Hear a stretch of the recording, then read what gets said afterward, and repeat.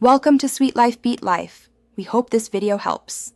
You start by opening both PowerPoint and the specific Excel workbook. Save them in the same folder to avoid broken links.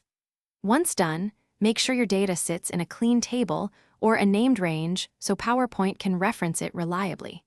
Decide now whether to embed for portability or to link for live updates and smaller file size. This choice affects how updates flow and whether recipients need the source file available. You copy the Excel range or chart carefully, using copy so formatting is preserved if needed. Then, in PowerPoint, use Paste Special and select Paste Link, or use Paste Keep Source Formatting with the link option to create a live connection.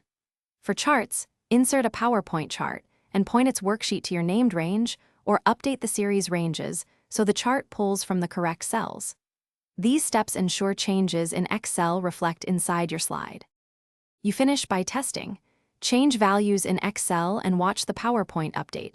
If not, go to File, Info, Edit Links and Update or repair the connection.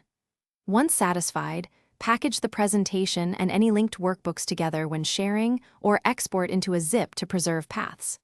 If links break, relink the source through Edit Links, confirm file names and paths, or, as a last resort, convert the content to embedded objects.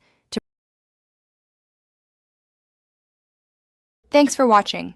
Consider subscribing if we helped you.